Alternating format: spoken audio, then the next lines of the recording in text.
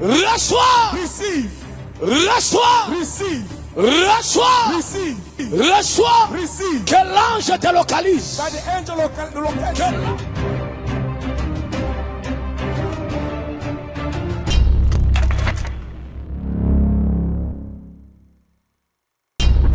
Prophétique TV, la chaîne qui vous édifie. Dans un message, je me rappelle ça, na comme il est Kinshasa. Quand on est en Afrique du Sud, Dieu m'avait dit, je ne vois pas Constant Moutamba dans la prison. Oh. Obandi sous. Non, non, le bango boko mango. Constant Moutamba, Nzamba yo kelioma. Amen. Je ne te vois pas dans le prison. Amen. Na moni Nzamba bi mission na prison. Gloire à Dieu. Na moni Nzamba bi mission na prison. Amen. Et après là, tu vas partir en dehors du pays.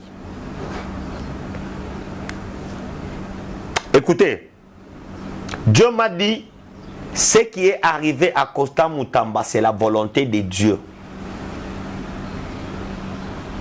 Écoute-moi très bien. Moi, j'ai dit, je ne mâche pas mes mots. Et là où il est, il doit se repentir devant Dieu. Prophétique TV, la chaîne qui vous édifie. Deuxième message. Quand j'étais en Afrique du Sud en prière, le Seigneur m'a dit, prie. Je priais pour les gens de l'Est. Pour j'ai la compassion avec les gens de l'Est. Et Dieu m'a dit, bientôt, il va libérer toute l'RDC. Je ne sais pas de quelle manière, mais je vois la mort d'une personne, Corneille Nanga. Je vois la mort du Corneille Nanga. Écrivez ça. Prophétique TV, la chaîne qui vous édifie. Na tamboli partout, na tamboli pas prophète Béli. Mais non, j'aurai un résultat moko. Vous avez résultat moko. Oui. Résultat n'est pas prophète de l'émission. Nous avons résultat moko. Alors, et ça résultat ligne. Résultat nezaki, eza moi na wana kwa mobali. Oh ya. Yé kaka mto abi manaba résultat wana ki yé mtalia grand frère nanga. Yé abouma papa nae. Oui. De yé mtabomi papa nanga. Prophétique TV, la chaîne qui vous édifie. Bandeko mususu bandombo na ngati. Tosaka kanga mbali nanga na boblo nanga. Natsali komona tande bomoko te. Tsayi kokata. Naibita kufi kuna nini? Naibite nini akufeli? Biso kuto to komaki donc na yebu to mbali nanga komi mal à l'aise. Akomi mal à l'aise. Prophétique TV, la chaîne qui vous édifie. Moi, non, c'est innocent. Prophétique TV, la chaîne qui vous édifie. Après 7 jours, il y a mariage. Au coup de mombali na yo, a famille pembeni na yo. Na 2 heures du matin, a o sokola ba sous vêtement na yo. Et ça bon papa. Prophétique TV, la chaîne qui vous édifie. Yuna mosni boza be ngrapo boza bo ape mabe ngana mobile na mtuto boko libino o mobile na ngalo bi décision lo bi ezaka bongo etika la bongo donc $500 mbongo aserkel Mbongo a Sergei mbongo aserkel ba zo saka mbongo aserkel to ke gauche droite ki Bongo ba bien yoti nga boye. ba zo se so ka mbongo aserkel po bo mi ba le mosni ba ma be ba be ngrapo na mobile na mtuto boko libano. Prophétique TV, la chaîne qui vous édifie. C'est pas toi aussi maman, bossi maman, bossi maman, bossi maman, bossi maman, pesa yembo, yondo pesa yembo, pesa yembo, ozaï la posa mongo, zoa sekombo, zoa. Si to kende. $500 ya wala. O to ki ma peli pe problème ni ni simba no. Loba vérité. Ça. O tout bela. Zombo to kende. Prophétique TV, la chaîne qui vous édifie. Vous êtes sur Prophétique Télévision, mesdames et messieurs, je vous dis bonjour, bonsoir, ça dépend à l'heure à laquelle vous nous suivez. Bienvenue dans votre chaîne éducative, professionnelle, Prophétique Télévision, ainsi que Prophète Samuel officiel télévision, voilà. Donc abonnez-vous très massivement, on avait dit notre challenge était là. Plus de 10 000 abonnés, dans notre chaîne Prophétique Télévision. Et de l'autre côté, nous vous prions de vous abonner sur Prophète Samuel Wanzambi TV. Là où c'est écrit en noir, s'abonner, appuyer ou cliquer. La cloche qui va sortir nous sert à avoir des notifications à chaque fois qu'il y aura une émission en ligne. Mesdames et messieurs, n'hésitez pas à appuyer sur la cloche pour avoir des belles émissions authentiques, vraies, des prophéties, ainsi que notre émission Ciel ouvert avec l'homme de Dieu, le prophète Samuel Wanzambi. Il est déjà à Kinshasa. C'est notre première émission ici à Kinshasa. Vous avez vu l'autre fois notre dernière émission qu'on avait balancée, c'est-à-dire les prophètes étaient à Moba, les prophètes étaient à Kalemi, les prophètes étaient à Lubumbashi, et voilà, les prophètes aussi étaient de l'autre côté en Afrique du Sud, juste pour œuvrer, juste pour servir son Dieu, son maître, son guide, et pour aider le peuple de Dieu, Babika, Namsala na bango, na ba problème au bazanango, bomonaki ba marche na sala qui a fait plus de mois. Libanda il y a Kinshasa na biso. Alors là, il est de retour à Kinshasa. Notre église paroisse Shiloh, où il y a une communauté, il y a la restauration par Jésus-Christ, se trouve dans la commune de Bumbo, sur l'avenue Souvenir, numéro 133 bis. Mesdames et messieurs, venez nombreux expérimenter la main puissante de notre Seigneur Jésus-Christ. Des prophéties authentiques. Chaque jeudi, jeudi montal, vivre le beau Koyanzame, et puis culte d'adoration les dimanches. Vous ne serez jamais déçus. Il est avec moi sur ce plateau, le prophète Samuel Wanzambi. Après 2 mois, en dehors de Kinshasa, il est de retour. L'homme de Dieu, je vous dis bonjour et bienvenue. Bonjour, monsieur le journaliste. Je suis béni d'être avec vous encore. Merci beaucoup. J'étais resté à Lubumbashi, vous avez fait Afrique du Sud. Ouais. Alors, j'aimerais tout moi les solos moi synthèse parce qu'il a mis que tu as aussi cette émission. Kinshasa, tu as comme Lubumbashi. Lubumbashi, Kalemi. Kalemi, tu vas voir la vidéo de Kitimoba. Makambo ne se salaire qu'on a et puis retourne en haut au tiki émetteur, maman bazima puta. Et le rotomeka kobeta mon mukie, ya maman on a kokati le lazo singaba pardon. Parcours na union sonal banda Kinshasa, elle est kiné. Non, tu remercies Nzambe parce que tu kenda qui bien, puis tu zongi très bien en Nzambe, Nzambe a battu les bisous et puis on a fait ce que le Seigneur a mis au cœur parce que faire quelque chose ça dépend du cœur de quelqu'un. Amen. On donne parce qu'on n'a pas, on a beaucoup. Non non, on donne pas parce qu'on a beaucoup.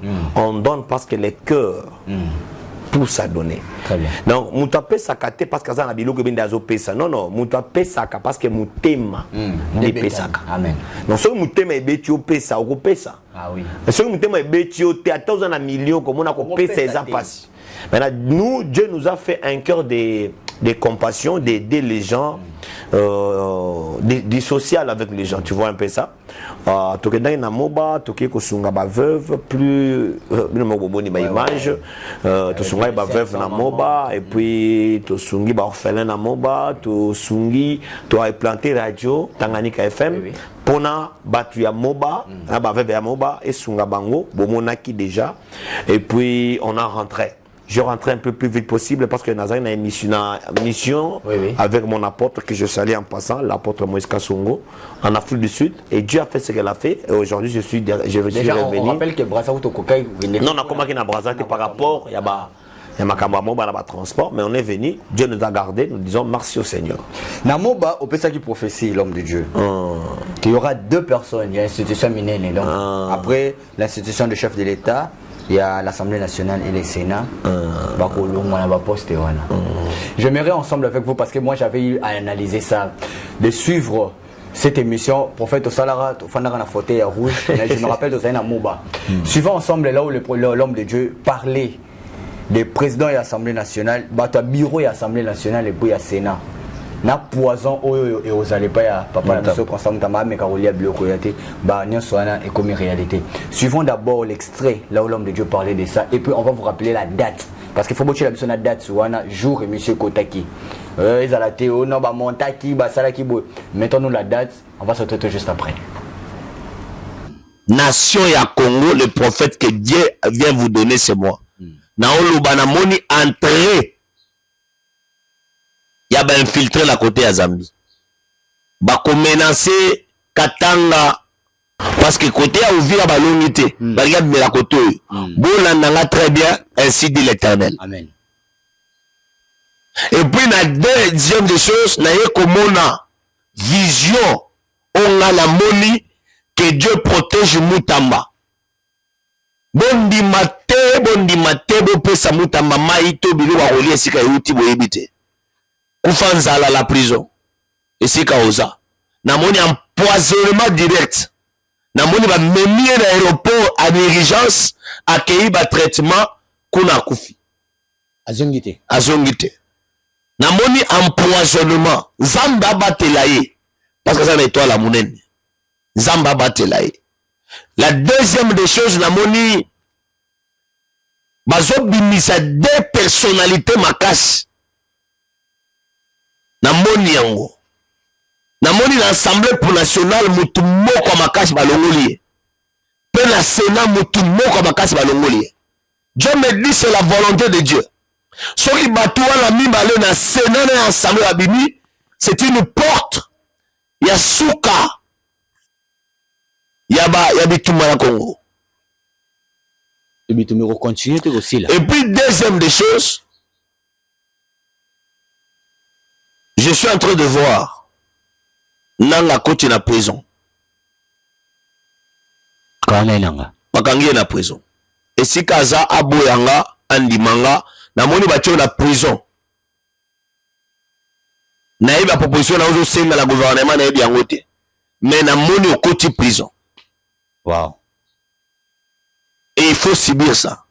C'est ça la volonté de Dieu. Amen. Nzamba a épargné parce que liwa ezaki liboso na yo, mais Nzamba a épargné na liwa a tiré prison. Il faut kota. A kota prison. C'est ainsi dit l'Éternel.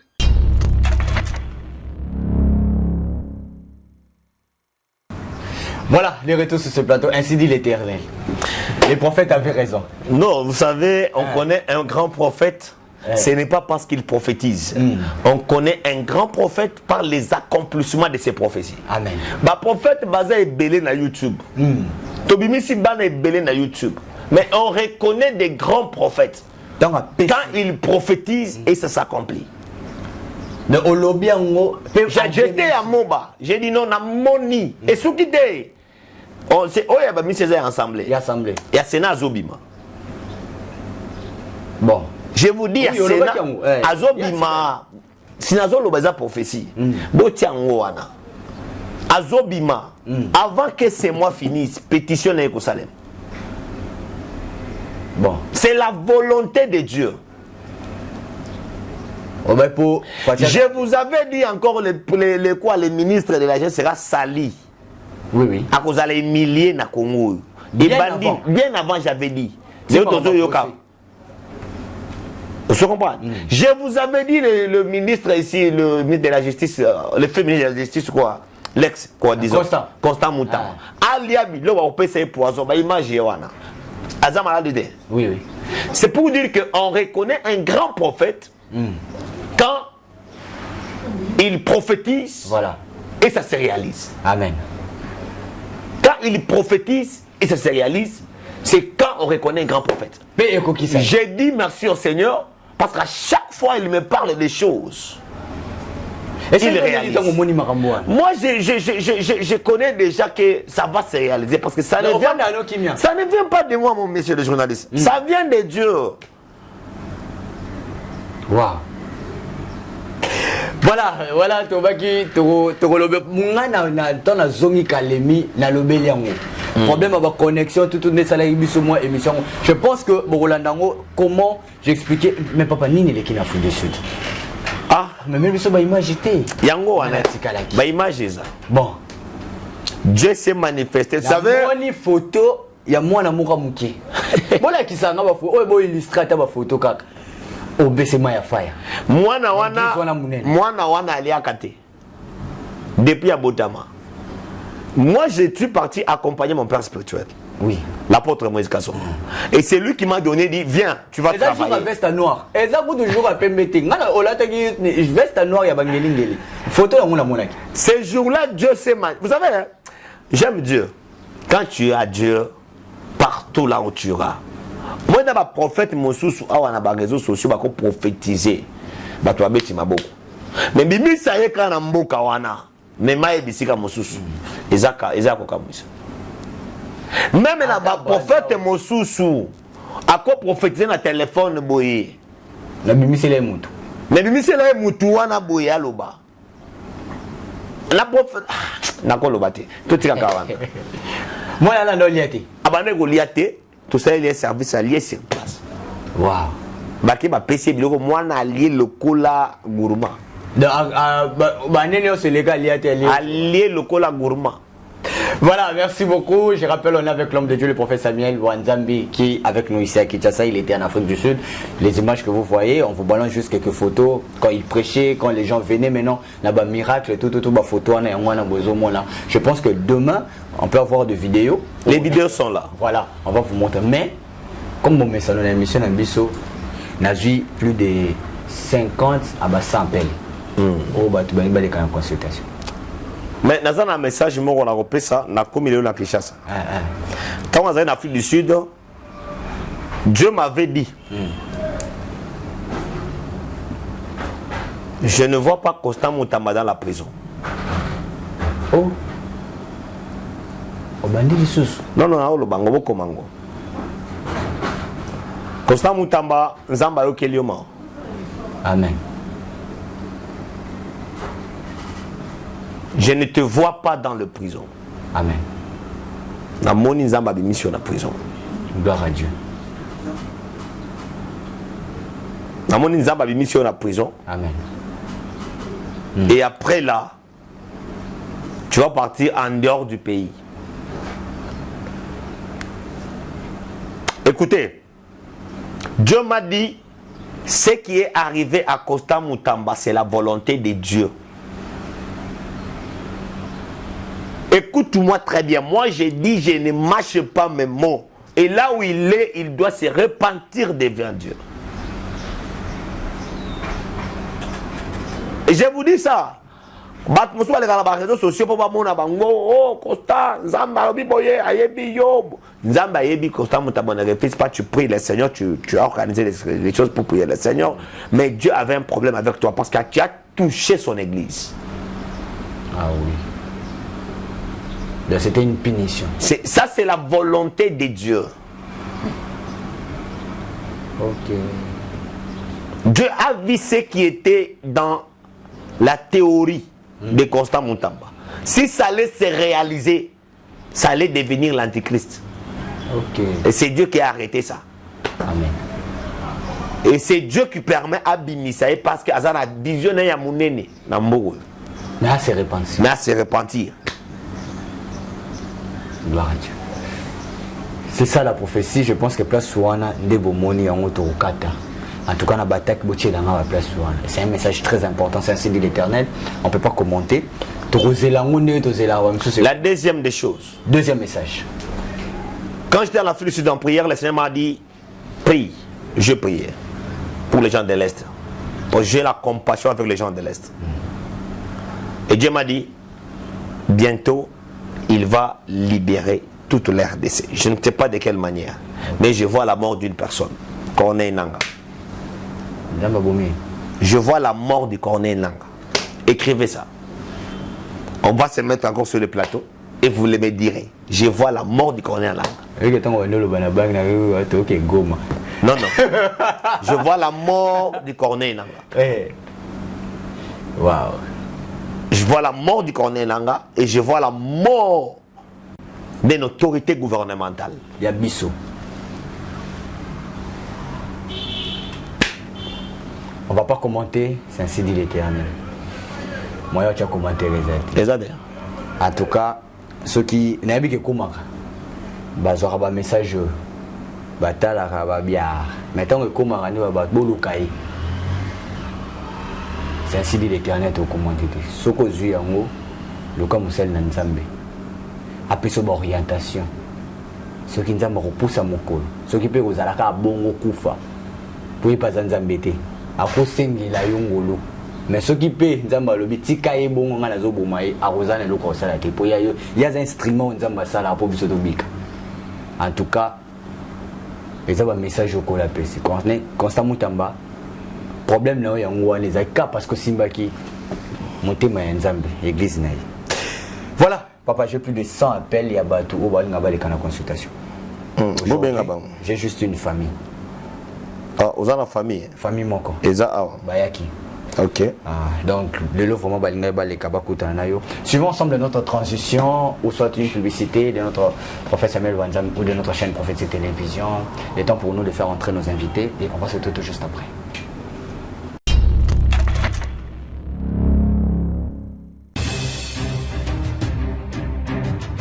Reçois. Receive. Reçois. Receive. Reçois. Receive. Reçois. Receive. Que l'ange te localise. That the angel localise.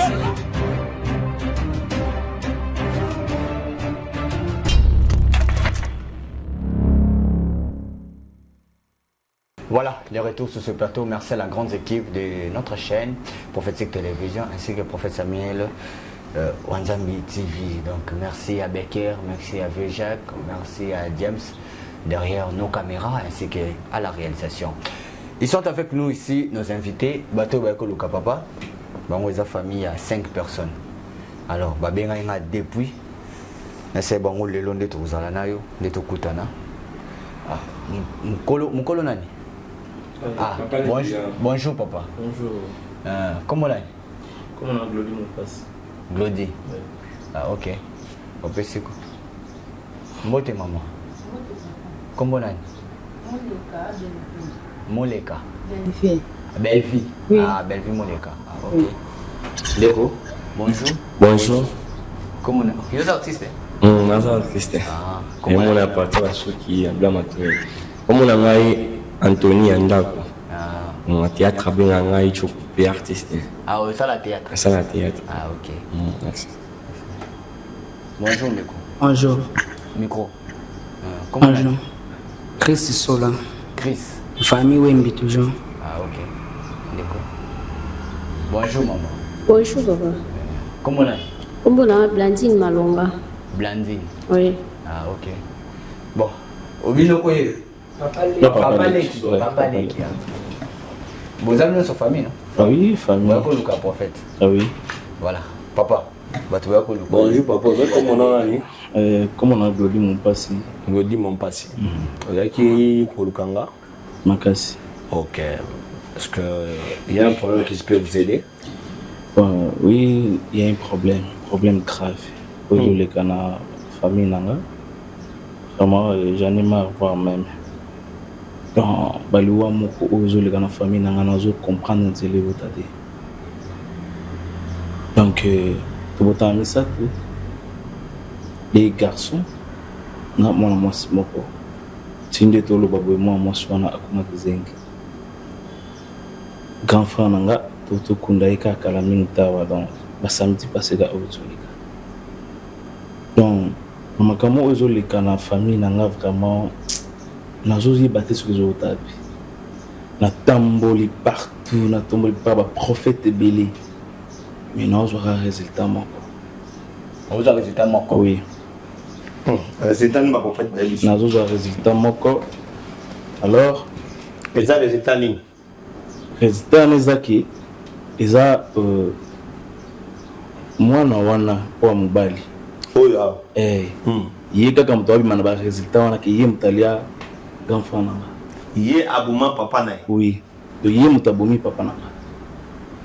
Alors quand on a vendu papa ngo ya ye grand frère nanga nazana mi nanga na États-Unis nde ye mutu ayibisa ngaki Luka prophète kwa Nzambi akopesa yo solution donc il y a mwana ya grand frère ye aza mwana grand frère nanga bango mibali baza yana leki baza ba papa différent maman différent. OK bon oui ye kuna aza mwasi na ye yende madame nanga. Ah, OK, félicitations. Yo uza na ndeko na yo. Ouais, ndeko na ngai. Ali kina. Leki na ma propre. So dossier ozolo bamaki abumi papa na bino za ndenge. Biso pito kina hotel sa prophète ngi ba lo baka ki zaka na ye depuis ya prophète on ba ko sa. Yo qui n'est pas prophète. Tu vois ça que ndeko no te into prier liwa ya père te pas ko fa. Into a chaki ni histoire te. Pas bien habité prophète ne pas lo ba. On peut tu vois c'est prendre to comme puis awa. Tu es basui to ça n'est pas prophète pe.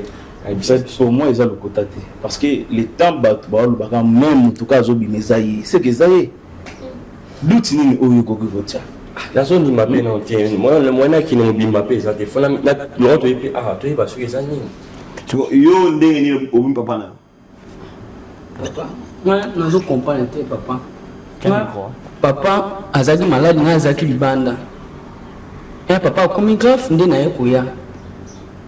Papa, peut-être, okufa kufi na maboko madame.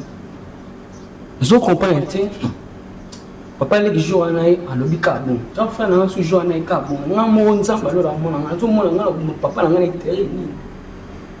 N'était on a ça papa n'a pas bien. Quand les prophètes, ceux qui ils ont réalisé un solo, ils me savent pour ça. C'est un comprendre tout. On comprend été. Donc tu vas autant vous en qui n'est parce que non mon a un problème moi anti. Et lui va papa en a.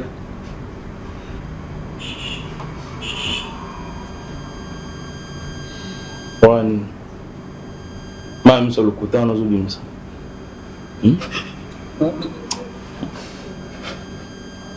Papa, nous avons ça à terre. Nous avons deux prophètes message moko. Pour le moment, vous avez prophète na ningu na. Na ningu na nga. Nga na dino luka prophète. Yo ko leki na ningu na yo. Ba prophète ba lobi masolo ya makambo aso. Ah, c'est la prophète qui ya kaluka. Intatali singai. Zimamoto, il y a des exacts pour nous, bien nous surtout, si les lots atteignent nous, quoi, papa, monsieur, au monde a été, c'est que c'est pas naïf. Papa n'a bien la bilo ebele. Ah, ça va bien ebele. L'enfant n'a pas c'est maintenant la bilo ebele. Ah oui? Dans une entreprise, donc, ndetsinga boui, na surtout quand on s'est retrouvé le côté na maboko nanga. Et t'as que quoi, koufi azan de konanga. Dans ce moment, nous avons un artiste, donc il y a pour ça qui est papa, moi, ndambo, il y a ma caméra, ça m'a mis au théâtre, il y a un petit sigo, un document pour petit sigo. Donc on entend. Aux autres, c'est le même, parce qu'il y a des bâtiments qui sont biloko. Bon, en fait, nous, on ne sait pas. Il y a des bâtiments qui sont biloko. Parce qu'en fait, mon papa a rabelé bien dans la quitté. Et qui comme grave, ndena yaki. Papa pendant ça car na madame. Madame a tigé tina ndenge akufi. To vandi matanga na se panzani madame a beninga mpanzi. Laisse piquer ngai papa tika ki testament. Pana ngai. Ndoli ngana to ma famille to kabwana. La bien, katana, zelanan. Papa tika testament pana. Bilo so bien c'est pas naïf. Donc ndekonanga atalinga te atiki testament pana. C'est pas madame parce que tu as le moto na kufaki na nzoto madame. Quelle domination. Quelle domination. Il y a ça dans le port de son papa. Baza qui wana. Biso za yana ndako nsuki osama na biso. Faut éviter aux les. Tinde ba komi papa komi Anthony mutuneza likolo alinda gute. Yo temo zo landa ba bena nga. C'est yo ko tanga ngo. Si. Les pas le papier wana. Ezali. C'est que benga papa. On me kakola c'est parce que Maïeba. Elle a la cigarette, papa, tombeau qui là, je suis fort. Faut moi la comité, madame, il n'est moutou, papa n'a tiki la qui est. Maman, testament, les a. Papa, testament, on est en chambre. Et au bon bagage. Ngam, tu n'as bon bagage pour tout ça qui n'a pas passé. Faut testament. Papa va koufa lobi, ba bien, et ma yazaki proche naïe. Par contre, ba no mona na te. A commis testament biloko no setikali ya garda mwazala nango. Titanga komaki ye kutazalaki te. Akomaki ngo tanga ko matesa na ngam la akufila yinga na nju. Kono zaki ngamoko. Bande kone ya mibalo bazalaki te. Mwana pe abanda ko ya me déplacaki. Titanga bakata commis testament. Abi testament o pese pa mbali na yo. Atanga. Nditanga ye mwana ye tanga ye na la pese testament.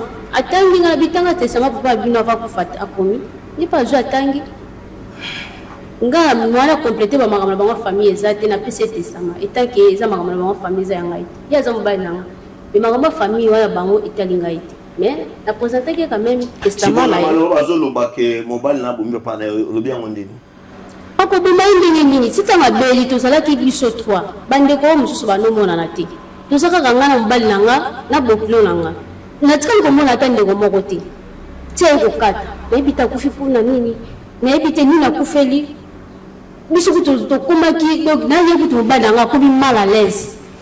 Akomi mal à l'aise. Tu veux bande ni na kufi. Akufi na ba malade na ba tension, bosi bande wa banomona na ta ota souci pas kufiti. Parce que baba l'église nga zali na te. Ya kana ningi na papa. Quand fa na ba kana. Tiens microphone. Siko na yeba te suri nga ma yeba ka bumi mapena nga ba mo sanga mo pe na moni te ba lobi na nga. Tu es la prophète déjà. Ceux qui nous voient ba mo. Papa Lek. Moi na yo alobi ki abuma papa na été. On a un talon. Et on a mais en fait balobi yende mtabobi. On a maloba tika la rabo. To bondela kasi. To bondela. Seigneur Père de gloire, tiki banana na maboko na yo, tikete le fongola mais là-bas. Que le ciel s'ouvre. L'eau tika la polele. Na kombo na Yesu. Amen. Amen. Na ngina loba ngai prophète Samuel wanzami na bomba kate. Na bimisaka ngo na poisa. Azaka polele. Na bimisaka ngo na poisa. Polele. Bola na atabi. Problème na famille oyo. Eza na famille na bino. Tango bozo loba awa nazoyoka likambo ya mbongo wa serkei na matoi nanga. Mbongo wa serkei.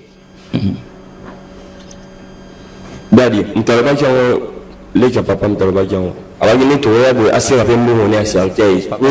Papa ni kam so abagi ni to ko makuna. Libaso le libaso na ancien mbongo wa serkei pour y passer la dépense na e. Bon, moi na s'occuper pour la la cantine la boutique moi matin moi café il y a bignon sur ça qui déjà faut pour raison sur mon toi après c'est mon yé là il aménagé mbongo wa serkei. il y a personne là $500. Hein? À $500 ça ka suma papa. Suma yo kama papa azande kono propre. Pour aider na c'est papa. Papa tango bozo loba awa, hein maman. Nazoyoka likambo mbongo wa serkei. C'est vrai. prophète, moi j'ai tout fait. On a kunda ndeko oyanga.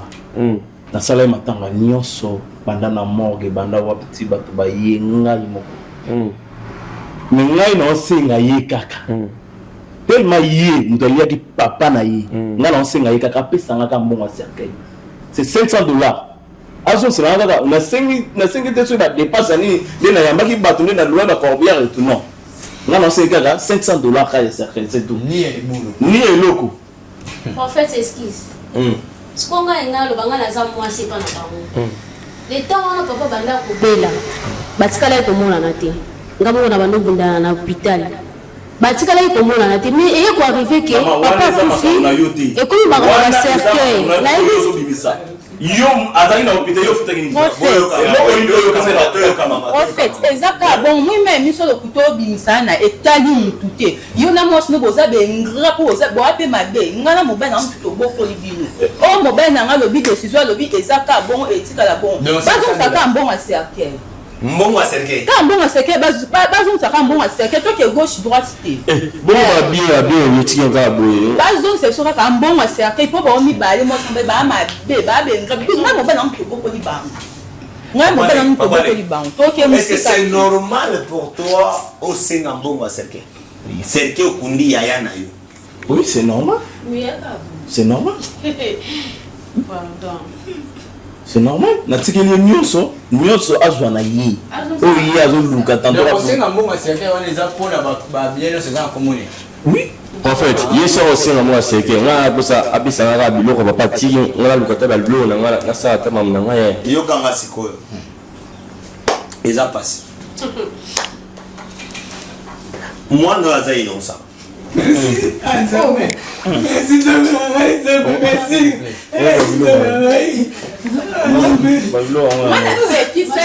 Ngana pekisa to yo kanga ngana pekisa.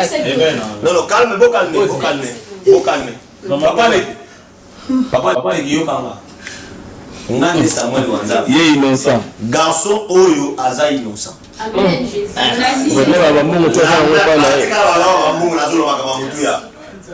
Garçon oyo aza innocent.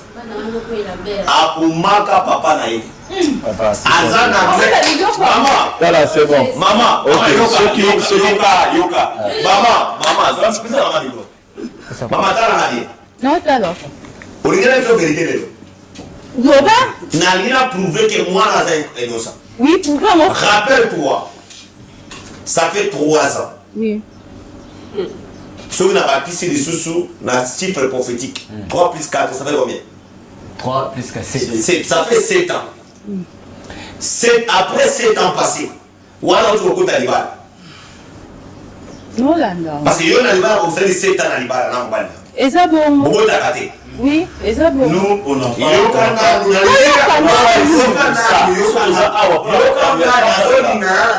Papa, yoga prophète mtaoloba, yote mtaoloba, prophète mtaoloba. Maman, après 7 jours il y a mariage na bino, bosala na komi na bombe. Oui.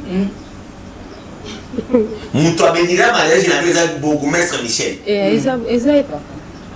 Après 7 jours il y a mariage. Okuta mombali na yo afandi pembeni na yo. Na 2h du matin, a osokola ba sous-vêtement na yo. Et ça bon papa? Alors ça fait quoi? C'est l'amour? C'est l'amour, oui. Papa, 2h du matin, maman yoka. Na 2h du matin, osokola mombali, moi sinon ba sous-vêtement. Mais mal la sous-vêtement osokola, otia na molangi ya Malti. Ya nini ya Martina mai wana okenda na ngoa papa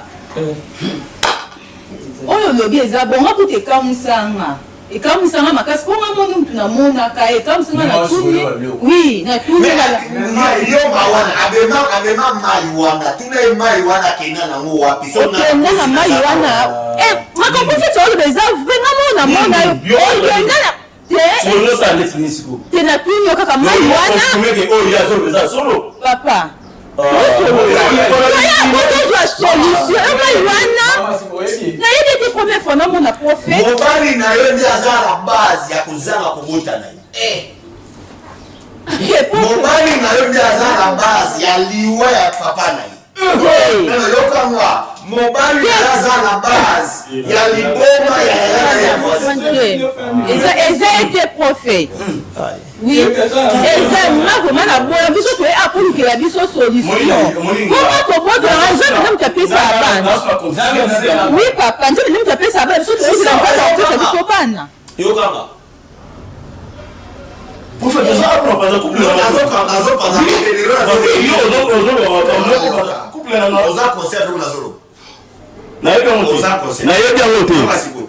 maman ça fait 4 semaines au tu peux le temps d'autre aux gens bana va pas ça ni bali oui papa mais mon mari na yo aye abotoli bana bonne maman na toilette oui papa non tu veux tant d'autre oui ça qui est là oui aye ça joni aye c'est un rakezan d'autre oui mon mari na yo oyo asi abotoli yo 7 bana papa deux mapasa na 3 bana soki na cité ça fait 2 ans azalaki na zemi ekola ti 8 mois akeye hôpital ka pour zénité mais papa c'est quoi on va venir papa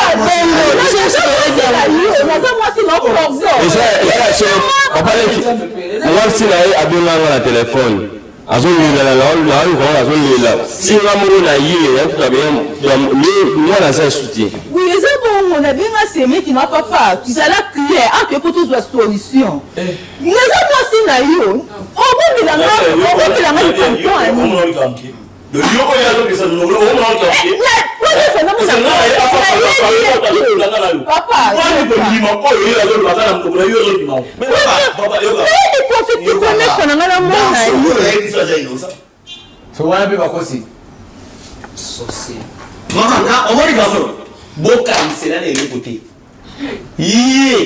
azana conflit na bandeko na babota misato moko aza liboma na balabala boye na kosunga ya kobika parce que liboma na eza ye na kata kisi 3 fois la kisi ya suka oyo aza nango oyo oza koreklame selekei awa mbongo asekeza mbongo azobisa ote mbongo asekeza azoreklame eza liwa ya garso oyo ozanga koyeba soki tokimami mama te C'est quoi ça? Moi, je te dis la vérité.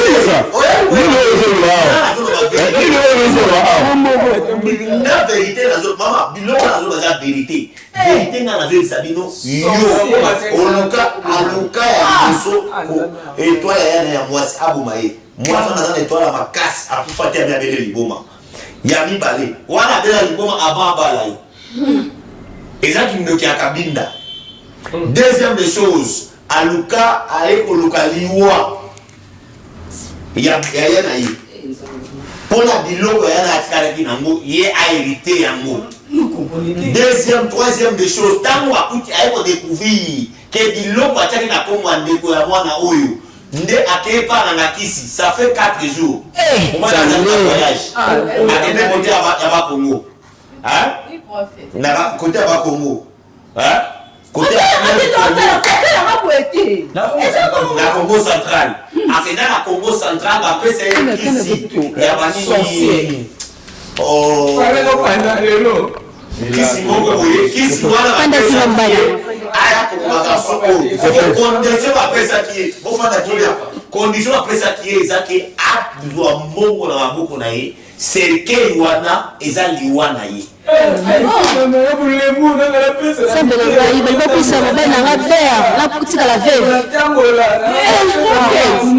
nyonso olobi eza vrai mais mobali nanga atambolaki celui qui n'a pas atambolaki balakisi biso. Maman nayebi ça vérité. Oui papa. Prophète a prophétisé ye. Oui. Mobali na mona ye avant prophétiser. Yo kala prophète wala na balabala. A télévision na balabala. Aitika moni liwa la famille na bino. Atuna ki kombo ya ndeko moko tel. Oyebi so yebi ete. Atani kombo mibale. Oyebi yango te ya misatu. Atuna ki yo ndeko na mobali kombo na nani. Olobaki yo kombo ne pourquoi atuna ki yo 2 fois 3 fois. C'est parce que abosala ki kombo apesa ki. Voilà. Mais abande ko tantonner ba kombo. Tango arate ba kombo. Nde aye kotuna ndeko na mobali kombo na nani. Oyebi se kombo na ye. Tango tangi kombo na ye, nde ayebi si yo liwa ozo les automatizo na mutu eza ndeko na bumi. C'est nene prophétie za. Ya wana prophète. Yende amona ki prophète wana. Adini epa na yo, afuti ye mbongo. Aye ko beta manki ona epa na yo, po oko ba convaincre me yende za ndoki. makambo minene bobombelanga mpe mwasi oza mobali mabe na bambula oyo nga asali ngai yo lobat to batenzela mokomi baba yokosa mobali nanga bea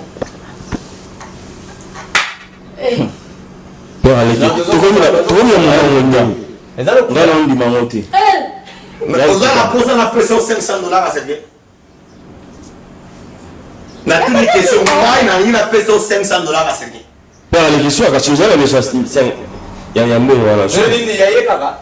Il y a des appels sans amour. Non, il a payé $500 la fout à servir. Maman, si nous avons pas $500, c'est bon, ça. Ok, bosez là. Nazo à $500. Nazo à $500. Bon, ça va. yende apesa mungu wana akeza $500 pwani papa ngana apo panda famille nanga ngana apo panda couple nanga tsaleki o bacha o deja eza lokuta donc makambo minene bobombela nonga zela bapesa ma omona bali mama mobali nanga nga moni ozala bien au vivre hein. Jambon wana $600 pesa bango. Oui, eza bon pesa bango. Zonga pesi ya okufa azela muto pesa bango $500. Ozoka fava bila de yimo azopesa ye. Ngayo. Ba pesa $500. Papa on a la posa mon. Si mon a serké 1 2 3 4 5. Yango wana. Si mon a serké. Oui papa. 6 ans mon a serké. Oui. Papa ça mon. Quelle est ma façon de voir? na bien ngana na posa yenda pesa est-ce que avant membre de famille na ngate ok membre de famille na leza ye en fait là que biso ma $500 ya zoa mongo ici tokati $500 tokende kaka bando koluka $500 ya mwana papa peso ya prophète apeso mbongo ya mwana zo tokende tosala makambo mosusu famille eza yo te famille eza yanga yo oza mwasi nanga naza mosu na côté de la famille na bino pour obalanga na mbongo $500 ya mwana zomba motema tokende za na posa mbongo zomba otokende $500 ya mwana telema zwa papa zwa na batela mobali yanga maka za famille ko na batela mobali yanga mbongo yanga professeur Pesio zwa mati na batela pe mobali na nga zwa papa ye ba se totika ba misaka Zambongo. Nini? Papa nini? Soit tokende. Non, kotika mbongo te Zambongo. Non, soit. Non, soit. Tendo toki. Soit kasi tokende. Non, soit. Kasi soit kasi. Omo te toele faire. Soit tokende. Soit mbongo na yo fana na yo mbongo na yo wana to c'est sa mission. Oh. Papa ni kambo ni. Okolwa vérité. Oh. Okolwa vérité to ko vérité. Non, la vérité montre à l'eau. Ola vérité. Non, la vérité montre à l'eau. Zambongo. Soit kiambo papa. Pourquoi ni esimba na ote? Oh man, mais oh mon père. Et ça c'est ça. Les coquilles, c'est ça au Mais c'est pas bon, aussi maman. on va ça va, joie kasi tokende. $500 ya wana papa zwa. Mais le problème ni esimba na ote. L'omba vérité. Nzambe. otubela Zwa mbongo tokende.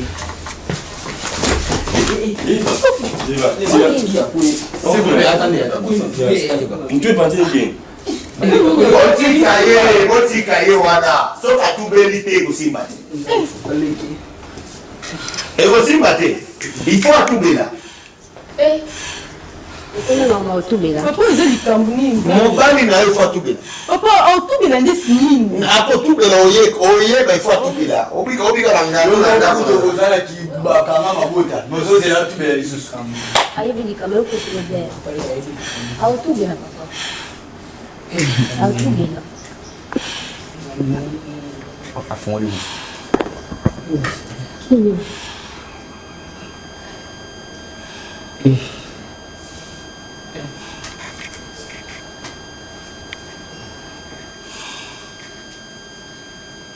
nga eza kaka mbongo kaka asi azwi mbongo ekokende na ye te nga mbongo oyo ekozonga na poche na nga te aozwa ngo $500 azoluka yango na kozwa ngo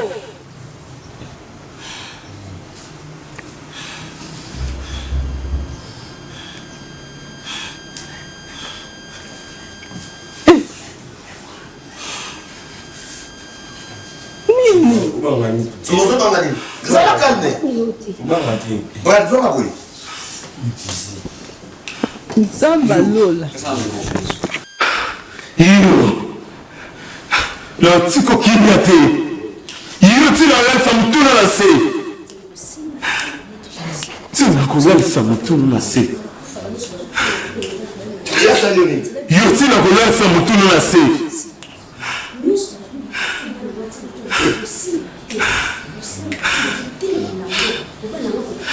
Nana zonga boite.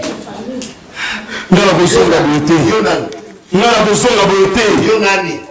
Papa tema ke tokende. Papa.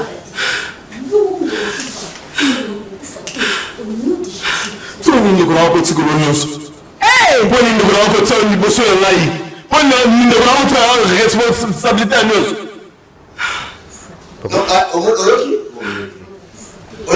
Wana yete, wana esprit. Poni ndiko na ko tsona responsabilité nyonso. Eteke yana za. Wana esprit. Wana mobali kina, wana mobali na yote. Ne esprit za kaki. Tsoko tsama tuno na se. Biso tosuwaka te. Biso tosuwaka te. Na mona biso tosuwaka te. Yakokufa te. Akokufa te. Akokufa. Akokufa. Akokufa. Yokokufa. Yokokufa.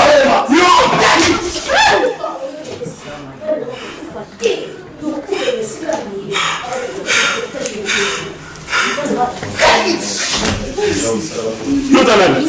Yotalani.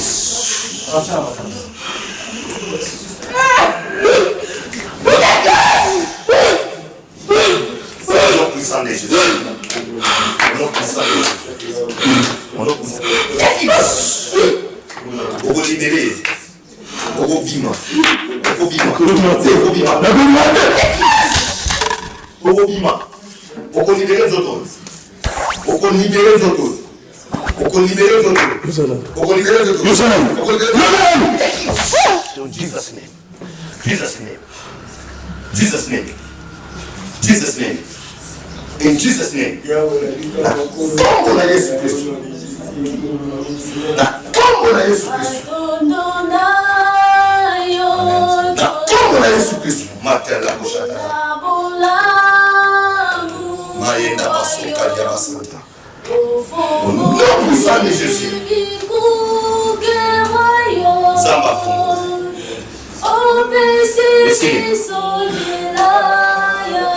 Fanati. Fanati.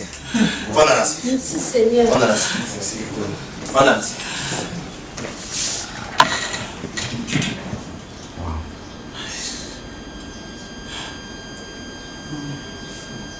Nyos de Salema. Et là qui était.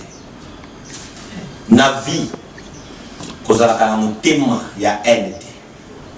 Telema papa.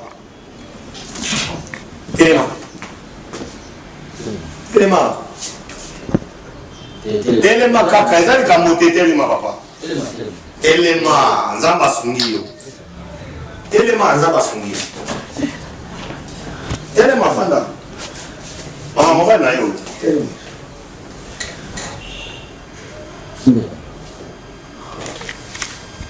Nzamba sungiyo. La vie à tous ans de l'autre côté. Zalaka patient. Amen. Kozalaka pressé là. Amen. Mutu yote azalaka pressé na vie asuka kamabe. Amen. Kwa ndia ka vie ya moninga te kosala baede. Amen. Bika na onzamba pesi. Amen. Remercier Nzambe na o muke azo pesa. Amen papa. Ozozwa $100 na yo ezana bat basi na kanza pesa nga $100. Yo zo mona ngo ya pete. Mais on Nzambe c'est de grâce à cause oza na ngo lelo. Remercier kamo. Amen. Pressé à vie ça les vie o ndeko. Ndeko aza boy pona pressé à vie. On dit petit kabilo ko sala ki na vie. Nyo c'est ça les ni awa maman mobali. Yo pe ko la terre remercier Nzambe ko la bino parce que yo pe libota no ifungwa. Amen papa. Règle c'est quand même pendant 2 mois. Quand la nengo zawana écoulé.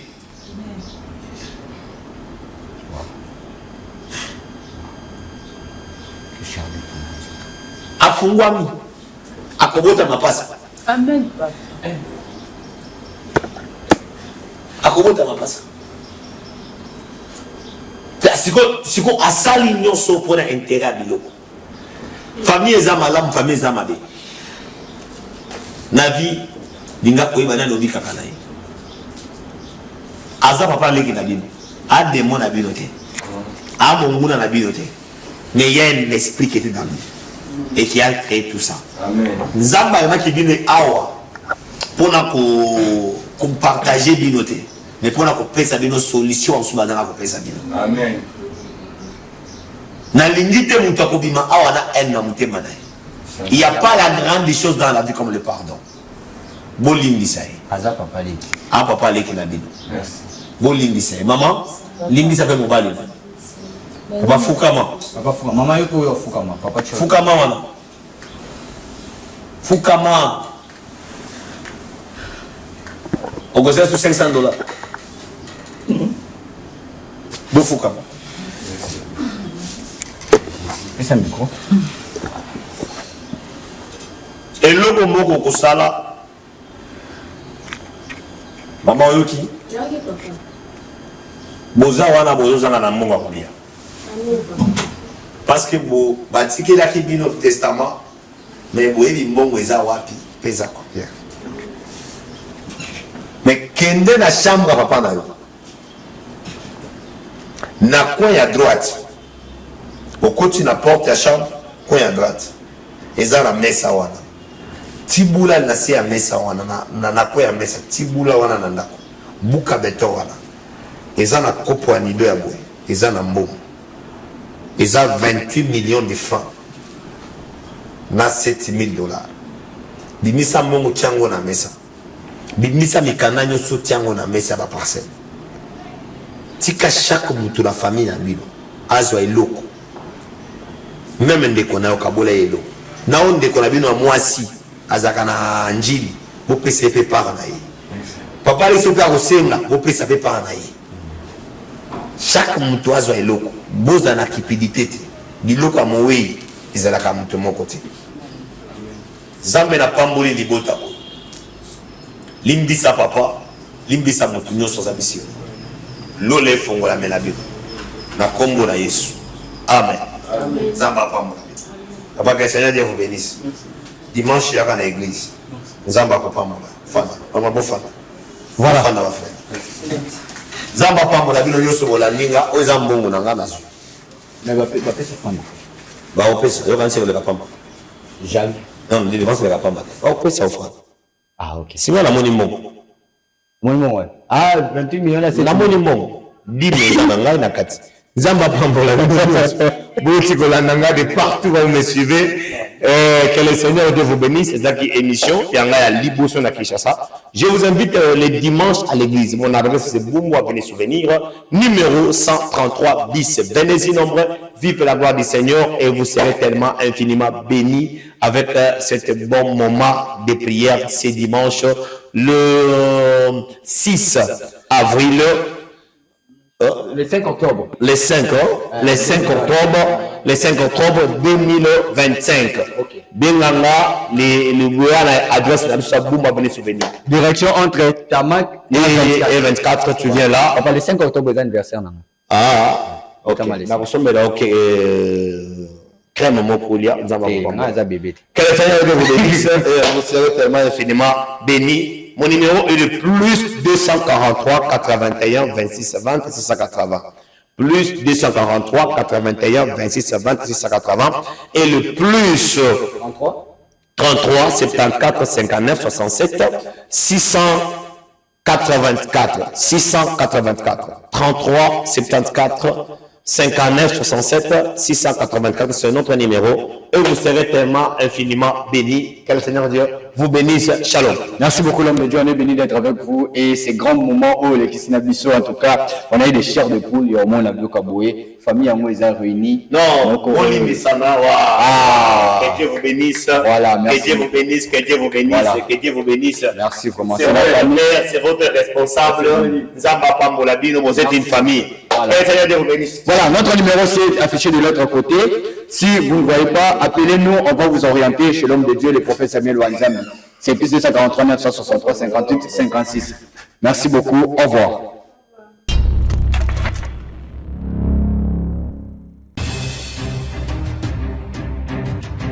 Reçois, receive, reçois, receive, reçois, receive, reçois, receive. Que l'ange te localise.